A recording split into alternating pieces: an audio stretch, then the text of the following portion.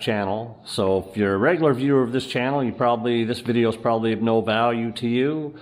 This is more for people who've never changed oil before. I just thought I'd do a video on some of the reasons why you should change your own oil and maybe give a few tips on how to do it. Okay, so the main reason to change your own oil is not to save money like most people are probably thinking, because changing your oil yourself, you probably won't save much money, just because most of the shops buy their oil in bulk so they can afford to keep their prices fairly low. But the number one advantage for changing your own oil is if you change your own oil, chances are you'll change it more often. And you also get to choose what oil you use. Now, I always have used Mobil 1 synthetic. Is it better than the rest? Probably not. In my own personal opinion, I think they're all about the same.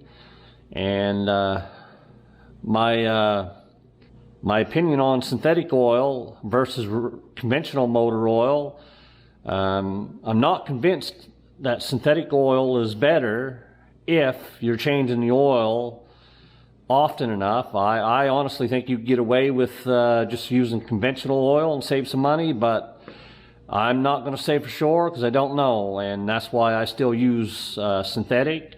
But a good place to find out if you're unsure and you'd like to save some money, Project Farm, I believe the channel's called. He's tested all kinds of oil, and maybe you can get by with just conventional oil if you change it often enough.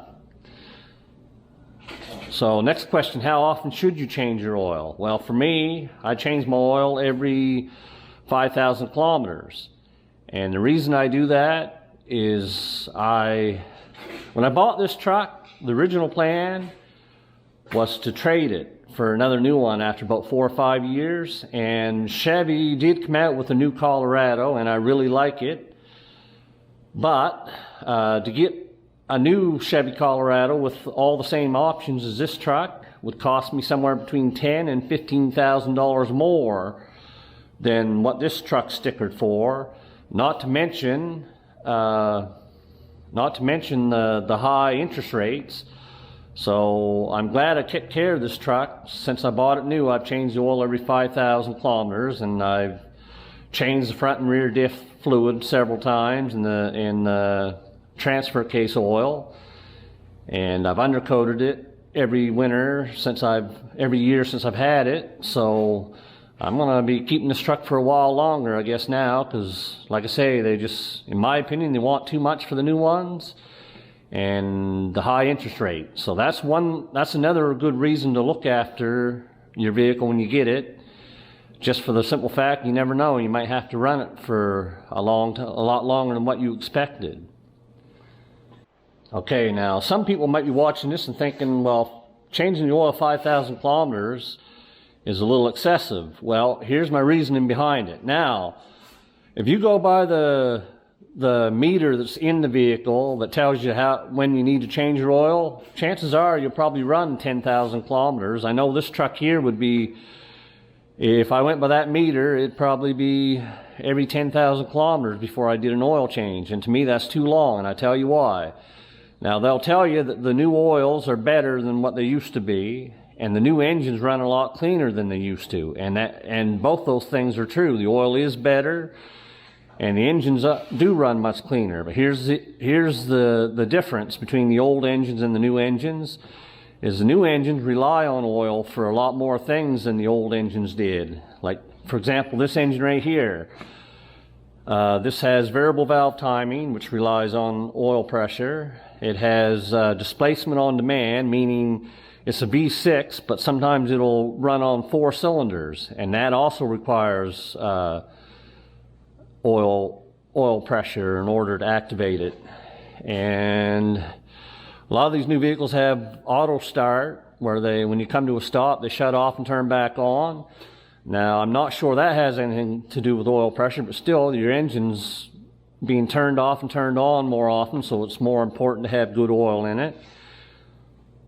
And I'll give you another example why I change the oil so often. This here is a 3.6 liter V6. It's multi-cam, multi-valve.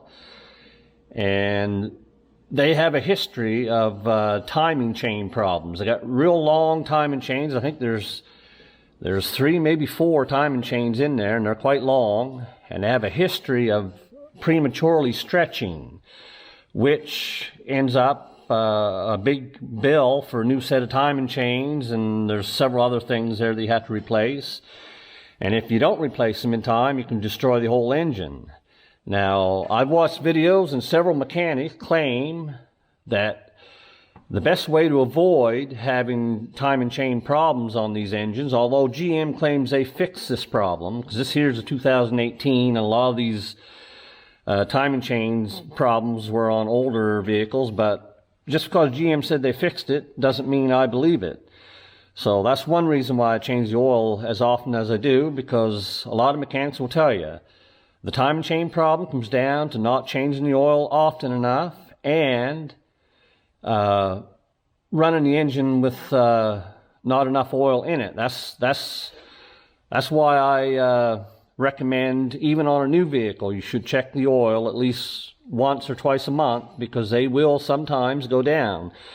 Now, this one here, usually in between oil changes, it doesn't lose any oil, but there was one time that I had to add about a half a liter of oil, and I don't have an explanation as to why. It must have been my driving habits at that time, must have been a little different, but it did go down by half a liter, which isn't a big deal either. But again, these engines are known for timing chain problems, and low engine oil is one of the causes, and like I said, not changing the oil often enough.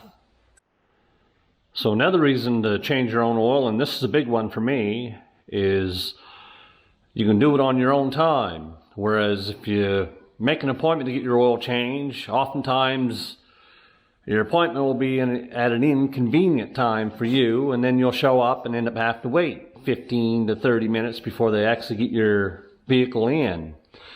So that, to me, that's the biggest reason to change your own oil. Okay guys, so here's a good tip. Even if you get a new vehicle, it's still a good idea to check the oil once or twice a month. I usually check the oil in this probably 2-3 times a month. It's rarely ever does it ever go down. Anyway, it's got 5,000 kilometers on it right now, and I'm gonna change the oil here just in a few minutes. So but I'm still gonna check it. Okay, I just wiped the oil because I checked it before I started the camera. Okay, you can see the oil's still up, but didn't drop any. Okay, so I'm getting ready to change the oil, so I started it up, and I'm going to warm it up before I change the oil, because the oil flows better when it's been warmed up. But anyway, the actual oil gauge on it, or I'm not sure what it's called, oil life gauge, right now, even though it's got 5,000 kilometers on this oil, it's reading 58%. So if I were to run this until it went to 0, I'd probably have 10,000 kilometers on it, which in my opinion is too much. Okay, so this being a 4-wheel drive, I don't need ramps, so I just slide a piece of cardboard, or in this case, I got a piece of plastic. I just slide that under, and don't need ramps for this. Okay, so here's another tip for you. Get yourself some these latex gloves. It makes it a lot easier to clean up, but also used motor oil is not good for your skin. And another tip is, before you pull the drain plug, put your hand on the oil pan. If you can hold your hand there and not burn your hand, then it's probably okay to drain the oil, but you don't want it to get too hot because you can burn your hands. Okay, here's another tip. Your drain plug usually has some kind of gasket on it. This one here uses a rubber one. Some of them use I don't know, it's not rubber, it's kind of a plastic. A lot of people will freak out over them. They feel they got to replace them every time. And you can do that if you... I never do. Like, if I'm looking at this one right here and it's in good shape, I don't see any... It's not marred up or marked up. So I'm just going to keep using it. But if you want to be extra safe, find out what your drain plug uses and get some extra ones. Like I said, I just keep reusing this one over and over. If it was all tore up, I probably would replace it, but this one looks good to me. And here's another tip. When you're doing it yourself, make sure you set it enough time that you're not in a big hurry. Like this here, if it was at a shop, there's a good chance they'd put the plug right back in it, which would be fine. But I like to give it an extra 10, 15 minutes. Just let it drain out, get as much of the old oil out as you can. It's not 100% necessary, but it's just something I like to do. That's why I never do an oil change if I'm in a hurry. Okay, here's another tip. If you want to know what kind of oil your vehicle takes, you'll have your weight of your oil right here. This truck here takes 5W30. Now you'll see that my oil is 0W30. That's okay. The 0 just means it's even better in the winter time. Whereas this one here is supposed to be, it says 5. I'm using 0W, that just means it's better. But this number here is important. You don't want to use like a 40 weight, and you don't want to use a 20 weight. You want to go by what's on here. And as far as that W goes, that's still important. You don't want to use like a 10W30. You want to use at least a 5W30, but a 0W30 is even better. But a 10W30 is too much. You want to use what the manufacturer suggests, and almost all the new cars have it wrote on the oil fill cap. Another thing, before you drain the oil, first you want to check to make sure there's no leaves or any dirt that can fall in from around here. Just loosen the cover. That way it'll allow air in and let the oil drain a little easier. But if you happen to forget this step, don't worry about it, because 9 times out of 10 I forget about it. It still drains fine. Oh, and here's something I forgot to mention. I said you should change every 5,000 kilometers. Now, that's with my truck. My truck takes 5.7 liters. But now the stuntman, who has a 2016 Camaro, and I guess you guys watching this probably watching for the first time anyway. The stuntman is just another guy who does videos on the channel. But anyway, his Camaro takes, he told me what it takes. I got a terrible memory, so I can't remember off the top of my head. But it seems to me it was 10 liters or more. Now, if you got a vehicle that takes that much oil, you're not going to want to change it every 5,000. I would say probably with 10 liters, you could probably go 9 or 10,000. But keep an eye on the meter. Most new vehicles have a oil change meter in them. Just keep an eye on it. You don't want to exceed it. But with 10 liters of oil, you ain't going to want to change every 5,000. That's going to get pretty expensive. And 10 liters of oil will take longer to break down than 5.7 liters. So what do you need for tools? You don't need much. You just need a ratchet and socket. You just buy a cheap set off Amazon or anywhere.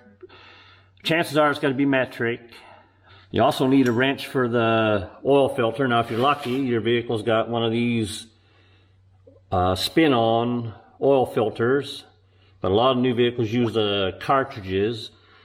But anyway, for these spin-on ones, you can get yourself a little socket wrench like this, or you can get a filter wrench like this for those kind of filters. Now, in the case of my truck, it uses a cartridge filter that goes inside a little plastic housing, and it requires a 24 millimeter socket.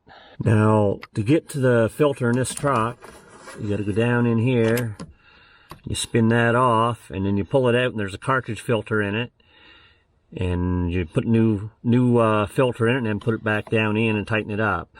Okay, another thing you're going to need is a set of ramps, unless you got a 4-wheel drive. If you want a more detailed video on oil changes, I've got a video on this here 2018 GMC Terrain.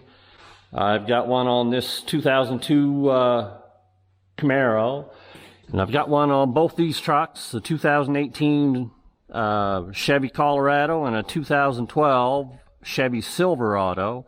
Once you do the oil change, what I'll do is I'll dump this over into an empty jug and then take it to a local mechanic to be recycled. Don't ever dump your own oil anywhere.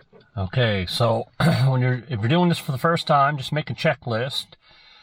Drain the oil, remove the oil filter, replace the drain plug, replace the oil filter, fill up the oil, and replace the oil fill cap. Just make a checklist, and that way you won't forget. You should be good.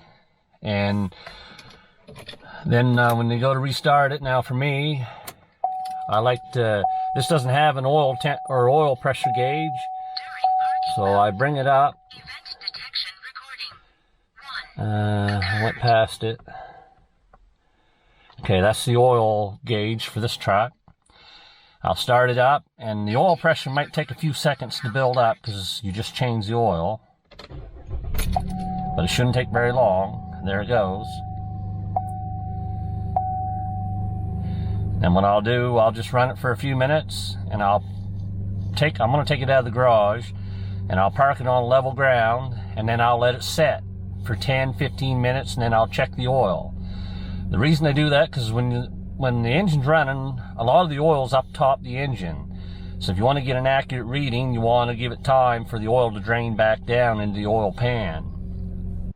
Okay, I guess there is one more thing. You want to reset your oil meter. So like I said, mine's at 58%. They're all going to be different, so how you reset yours might be different than mine.